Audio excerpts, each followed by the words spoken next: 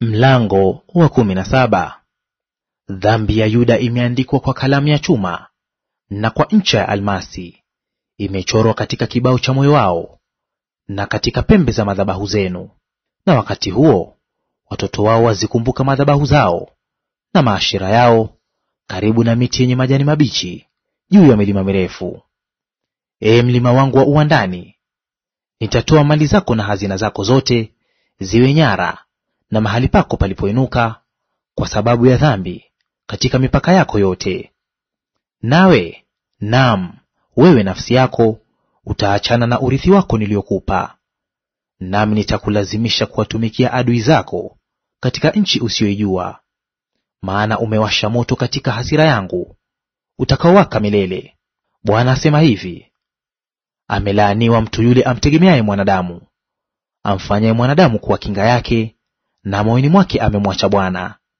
Maana atakuwa kama fukara nyikani, hataona yatakapotokea mema. Bali atakaa jangwani palipo ukame, katika nchi ya chumvi isiyokaliwa na watu. Amebarikiwa mtu yule anayemtegemea Bwana, ambaye Bwana ni tumaini lake. Maana atakuwa kama mti uliopandwa kando ya maji, uenezao mizizi yake karibu na mto. Hautaona hofu wakati wa hari ujapo, bali jani lake litakuwa bichi. Wala hautahangaika mwaka wa uchache wa mvua, wala hautaacha kuzaa matunda. Moyo huwa mdanganyifu kuliko vitu vyote, una ugonjwa wa kufisha. Nani awezaye kuujua? Mimi Bwana nauchunguza moyo, na vijaribu viuno, hata kumpa kila mtu kiasi cha njia zake, kiasi cha matunda ya matendo yake. Kama kware akusanyaye makinda asiyoyazaa, ndivyo alivyo mtu ajipatiaye mali, wala si kwa haki. Katikati ya siku zake zitaachana naye, na mwisho wake atakuwa mpumbavu. Kiti cha enzi cha utukufu kilichowekwa juu tangu mwanzo ndicho mahali patakatifu petu. Ee Bwana, tumaini la Israeli, wote wakuachao watatahayarika. Wao watakaojitenga nami wataandikwa katika mchanga, kwa sababu wamemwacha Bwana, kisima cha maji yaliyo hai. Uniponye, Ee Bwana, nami nitaponyeka; uniokoe, nami nitaokoka, kwa maana wewe ndiye uliye sifa zangu. Tazama, wao waniambia, neno la Bwana liko wapi? Nalije basi? Mimi hapa sikufanya haraka kuacha kuwa mchungaji nyuma yako, wala sikuitamani siku ya maradhi ya kufisha. Wewe unajua yaliyotoka midomoni mwangu yalikuwa mbele za uso wako.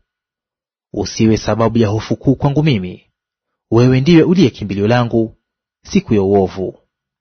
Na waaibike watu wanaoniudhi, lakini nisiaibike mimi; na waone hofu kuu, lakini mimi nisione hofu kuu. Ulete juu yao siku ya uovu, uwaangamize maangamizo maradufu.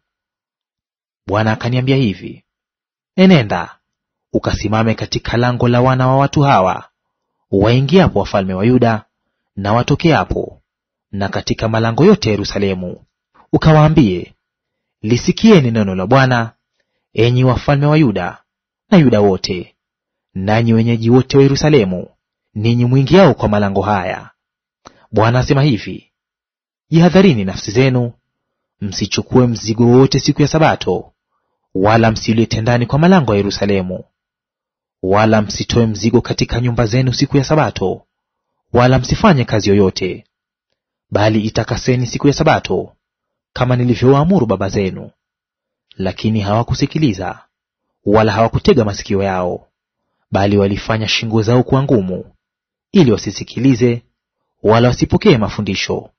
Na itakuwa kama mkinisikiliza mimi kwa bidii, asema Bwana, msiingize mzigo wote kwa malango ya mji huu siku ya Sabato, bali mkiitakasa siku ya Sabato bila kufanya kazi yoyote siku hiyo, ndipo watakapoingia wafalme na wakuu kwa malango ya mji huu, wataketi katika kiti cha enzi cha Daudi na kupanda magari na farasi, wao na wakuu wao, watu wa Yuda na wenyeji wa Yerusalemu, na mji huu utakaa hata milele.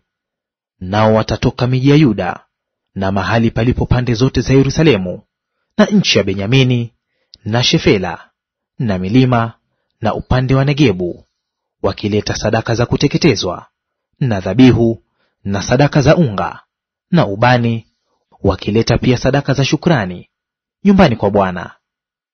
Lakini kama hamtaki kunisikiliza, kuitakasa siku ya Sabato, kutokuchukua mzigo na kuingia kwa malango Yerusalemu siku ya Sabato, basi nitawasha moto malangoni mwake, nao utaziteketeza nyumba za enzi za Yerusalemu, wala hautazimika.